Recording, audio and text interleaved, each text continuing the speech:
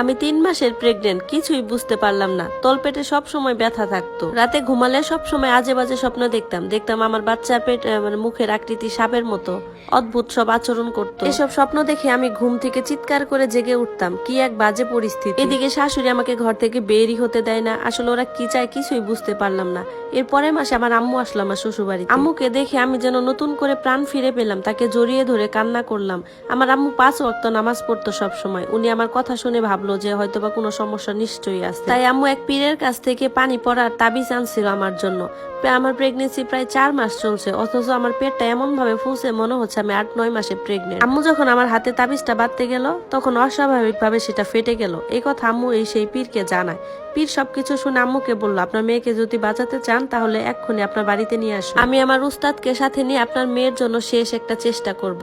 আম্মু আমার অবস্থা দেখে নামাজে বসে খুব কান্নাকাটি করতে। এইদিকে আমার শ্বশুর বাড়িতে আম্মু আসাতে আমার শাশুড়ি আর আমার স্বামী নানান ভাবে তাকে বাড়ি থেকে বের করে দেওয়ার চেষ্টা করছিল। একদিন আম্মুকে নিয়ে আমার শাশুড়ি সেই গোপন ঘরে যাওয়ার মানে চিন্তা করলো। শাশুড়ি যখন বাহিরে চলে গেল তখন আমি আমার আম্মুকে নিয়ে আমার শাশুড়ি সেই গোপন ঘরে গেলাম। গিয়ে সেই মূর্তিটাকে দেখলাম। বিভৎস মূর্তিটা আরো বিকট লাগছে, একদম জীবন্ত লাগছে। এসব দেখে তো আম্মু আল্লাহকে ডাকতে শুরু করলো। একটু এগিয়ে গিয়ে আম্মু দেখলো ওই মূর্তিটার পায়ের কাছে একটা বাচ্চা আর ছবিতে কিছু একটা আঁকিবুকি লেখা, যার কোনো কিছুই আমরা বুঝতে পারিনি। এরপর আম্মুকে বললাম, আম্মু দেখো এই যে আমার বিয়ের আগের কিছু ছবি এখানে আছে, তার পাশে কিছু রক্তমাখা কাপড়। এরপরে হঠাৎ আমার পেটে তীব্র ব্যথা অনুভব করতে পারলাম। পুরো ঘর কালো ধোঁয়ায় একদম ভরে গেল। আমার তো প্রচুর রক্তপাত হচ্ছিল। আমার আম্মু আমাকে নিয়ে সেখান থেকে বের হতে লাগলেন। এরপরে উনি যখন রক্তগুলো মুছতে গেলেন তখন ভয়ঙ্কর একটা জিনিস আবিষ্কার করলেন।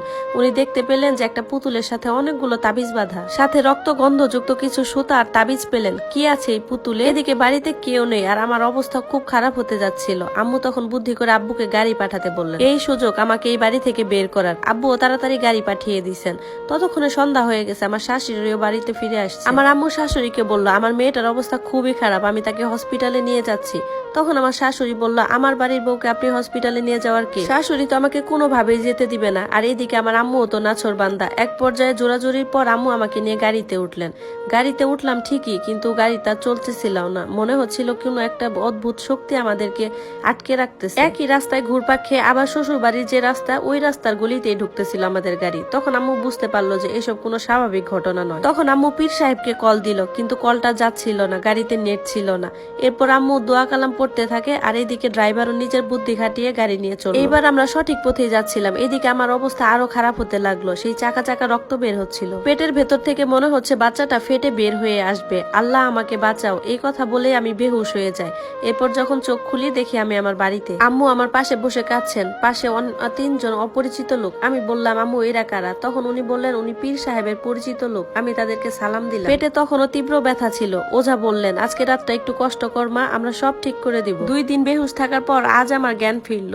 রাতের বেলা পীর সাহেব 3জন ওঝা মিললে বিশাল আয়োজন করলেন। কুরআন তেলাওয়াত করে তাদের পালিত জিনকে হাজির করলেন একজন ওঝার শরীরে। আমাকে নিয়ে বসানো হলো। বসতে পাচ্ছি না, আর বসতে দিচ্ছে না আমায়। আমার মনে হচ্ছে পেটের ভিতর থেকে আমার রক্তনালী দিয়ে হৃৎপিণ্ডটাকে কেউ টেনে বের করে নিয়ে আসবে। ওঝা একটা পানি পড়া আমার গায়ের উপর ছিটিয়ে দেন। এরপর একটু আরাম লাগলো।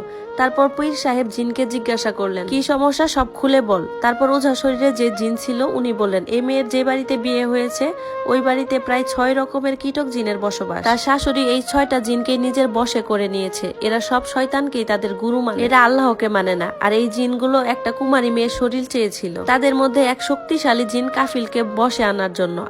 কাফিল হচ্ছে অনেক শক্তিশালী একটা জিন। এই কাফিল জিন নিজেকে আল্লাহ দাবি করে। এই মেয়ের শাশুড়ি সেই কাফিল জিনকে বশে আনতে চেয়েছিল। কাফিল জিন ওই মেয়ে মহিলাকে বলেছিল সে একটা কুমারী মেয়ের শরীর চায়, যার শরীরে সে তার বংশ বৃদ্ধি করবে।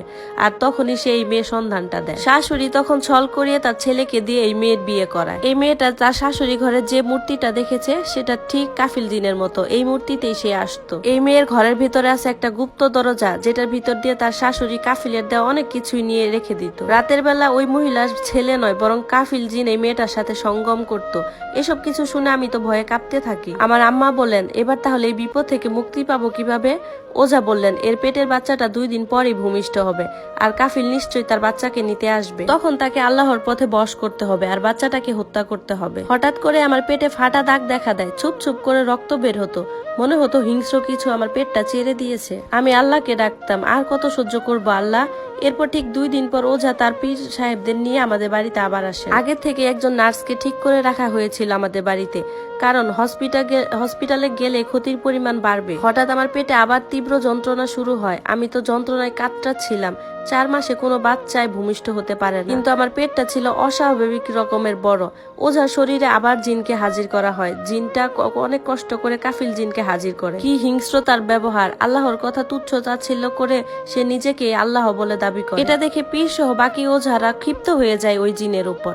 তারা তাকে শাস্তি দেওয়ার জন্য পবিত্র জমজম কূপের পানি তার উপর ছিটিয়ে দিতে থাকে আর জোরে জোরে দোয়া পড়তে থাকে। তীব্র চিৎকারে যেন ঘর নড়তে শুরু করলো। প্রবল বাতাসে ঘর এলোমেলো হয়ে যাচ্ছিল। আর এইদিকে আমার প্রসব ব্যথা উঠে যায়। একজন ওঝা ঘরের বাহিরে অপেক্ষা করতেছিলেন। বাচ্চা হওয়া মাত্রই উনি নিয়ে যাবেন সেটাকে। আমার এত চিৎকারে পুরো বাড়ির লোকজন কাঁদছিলেন আর আল্লাহকে ডাকতেছিলেন। অবশেষে সেই নার্সের দক্ষ হাতের ছোঁয়ায় সেই বাচ্চা ভূমিষ্ঠ হয়। কি বিকট চেহারা তার, সত্যি গিরগিটির মতো দেখতে। জিহ্বাটা চেরা, মুখে লেগে আছে রক্ত। প্রসবের পর আমার প্রচুর কালো রক্তপাত হতে থাকে। সদ্য ভূমিষ্ঠ বাচ্চার চেহারা দেখে সবাই তো ভয় পেয়ে যায়। নার্স তখন তাড়াতাড়ি করে বাচ্চাটাকে ওঝার কাছে দিয়ে দেয়। ওঝা বাচ্চাটাকে নিয়ে সেই শয়তান কাফিলের সামনে নিয়ে যায়। কাফিল সেই বাচ্চাটাকে দেখে একটু নরম হয়। সেই সুযোগে বাচ্চাটাকে হত্যা করা হয়। কাফিল তখন চিৎকার করে নানান ভাবে সবাইকে হুমকি দিতে থাকে। কিন্তু আল্লাহর পবিত্র কালামের কাছে তো সবকিছুই তুচ্ছ। এক সময় কাফিল আমার শরীর ছাড়তে বাধ্য হয়। সে আমার শরীর ছেড়ে দেয়। তবে তাকে আহ্বান করার জন্য আমার শাশুড়ির ক্ষতি করবে এমনটা সে বলে যায়। আমি তখন নতুন জীবন ফিরে পেলাম। আমার শরীর ধীরে ধীরে সুস্থ হতে লাগলো। নিজের স্বামীকে আর বিশ্বাস করতে পারিনি, তাই তাকে ডিভোর্স দেওয়ার সিদ্ধান্ত নিলাম। কিছুদিন পর খবর পেলাম আমার প্রাক্তন শাশুড়ি অসুস্থ। এদিকে আমার প্রাক্তন স্বামীও নাকি পাগলের মতো হয়ে গেছে। আমি তাদেরকে কোনোদিনও ক্ষমা করতে পারবো না। আমার সাথে তারা যে অন্যায় করছে সেটার শাস্তি তারা ঠিকই পাবে। তবে আল্লাহ মহান। এরকম অনেক অপশক্তি আমাদের চারপাশে প্রতিনিয়তই থাকে। তারা কিন্তু ইচ্ছে করে আমাদের ক্ষতি করে না, বরং তাদেরকে দিয়ে ক্ষতি করানো হয়, যেমনটা আমার শাশুড়ি করেছিল। গল্পটার এটাই শেষ পার্ট, আর এটা প্রথম পার্টটা কমেন্ট বক্সে দেওয়া থাকবে, সবাই সেখান থেকে দেখে নেবেন।